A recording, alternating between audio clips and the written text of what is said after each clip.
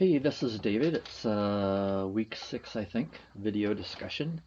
Today we're talking about policies and how they can affect your budget at the university or community colleges, wherever you're at. So there are a lot of things in the realm of policy that can affect. You can obviously have policies within your own campus that change. Um, for my institution, there's also regent policies that come down. There are state policies that can come down, and then federal and even international policies. So I'll try to talk a little bit about each, or at least the ones that I find interesting.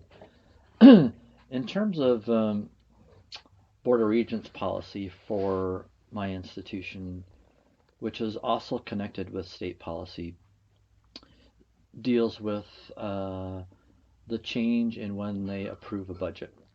So back before things were crazy, and we're looking back like 2011-ish, somewhere in there, things got kind of funky with the budgets after the 2008 recession.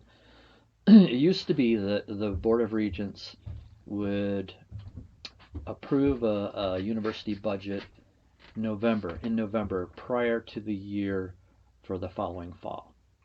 And this did a couple of things. It allowed us to populate our tuition fields and our tables.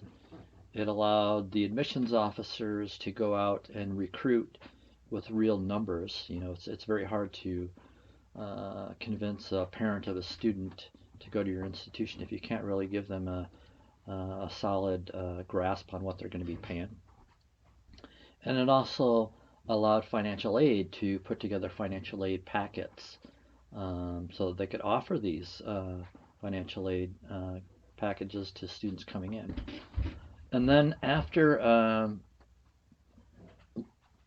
think it was like the year 2000, I want to say the fall of 2009, midway through the semester, uh, things were getting really bad with the budget. It was apparent that the governor was going to make a mid-year budget slash of 10%. So our institution was forced to do a couple of things. First, it imposed an increase in tuition midway through the year.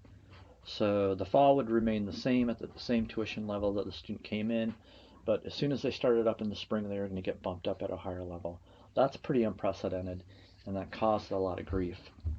Um, the other thing the institution did to cut back and to save that 10% that the governor was asking for, um, we stopped all pay raises for like a period of a year and a half.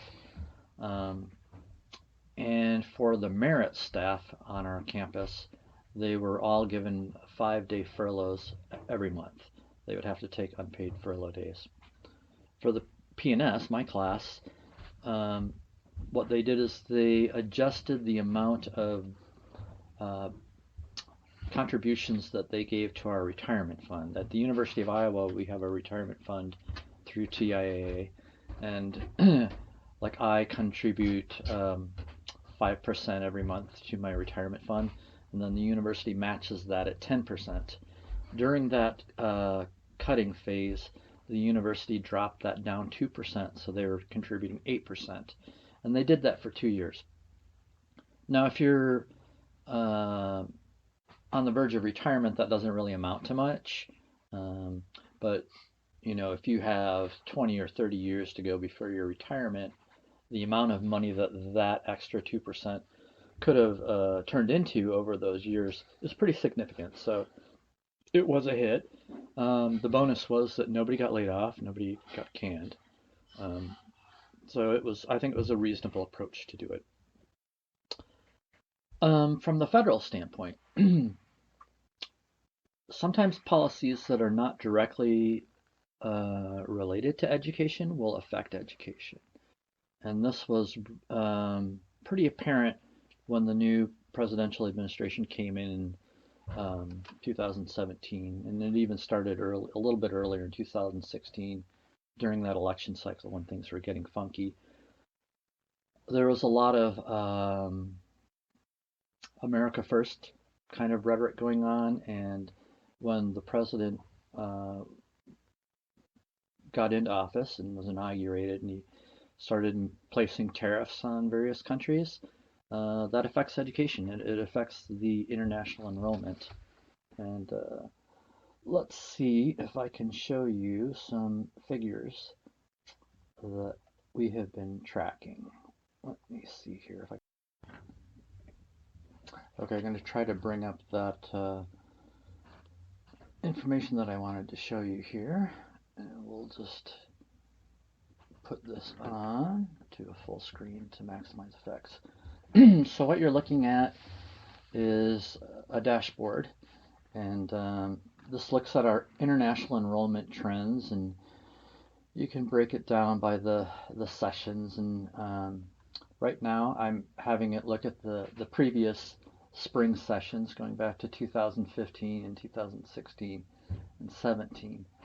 So you can see, at the height within this time period, our international enrollment was 3,842. And then the following springs, the following 4 springs, you see this drastic reduction all the way down to 2,411. And that represents an enormous amount of lost revenue because, as you know, international students are going to pay the higher prices. There are a lot of fees involved with international students.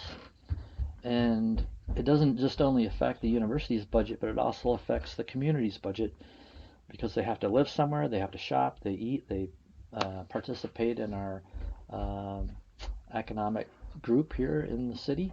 So it does. It has a massive effect on the numbers.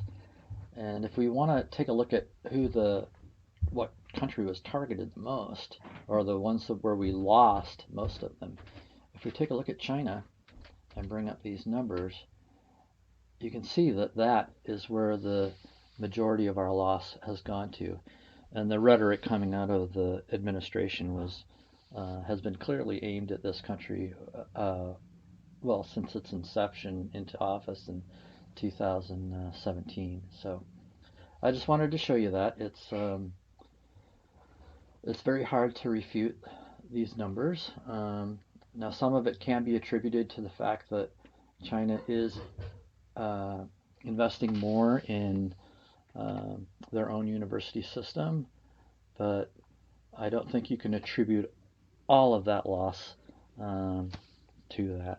So, yeah, policies and rhetoric definitely affect university budgets, and it has to be reckoned with. So, that's all I really have for you today. Thank you.